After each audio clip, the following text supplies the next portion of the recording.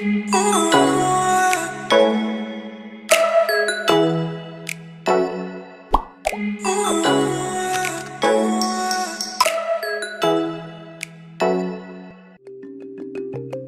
албан тушаалтан Лута арилжааны банкнд 70 сая төгрөгийн хугацаатай хадгаламжийн данстай. Энэ дансанд 2017 онд 10 сая 500 мянган төгрөгийн хүү бодогдож.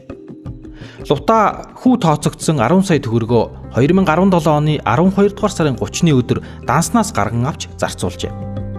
Ингээд 2017 оны мэдүүлэг гаргахдаа хадгаламж, харилцах данс, картын үлдэгдэл, бэлэн мөнгө гэсэн хэсэгт 70 сая төгрөгийн хадгаламжаа мэдүүлсэн байна. Тэгвэл Лута хувийн ашиг сонирхол хөрөнгө орлогын мэдүүлгээ бүрэн гүйцэд мэдүүлсэн үү? Хувийн ашиг сонирхол хөрөнгө орлогын мэдүүлгийг нэг бүрчлэн мэдүүлэх үүрэгтэй байдаг.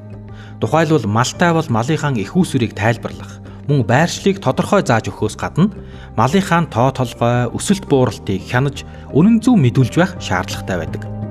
Лутагийн хувьд 2017 оны 12 дугаар сарын 31-ний өдрийн байдлаар дээрх дансны үлдэгдлийг хадгаламж, харилцах данс, картын үлдэгдэл, бэлэн мөнгө гэсэн хэсэгт мэдүүлнэ.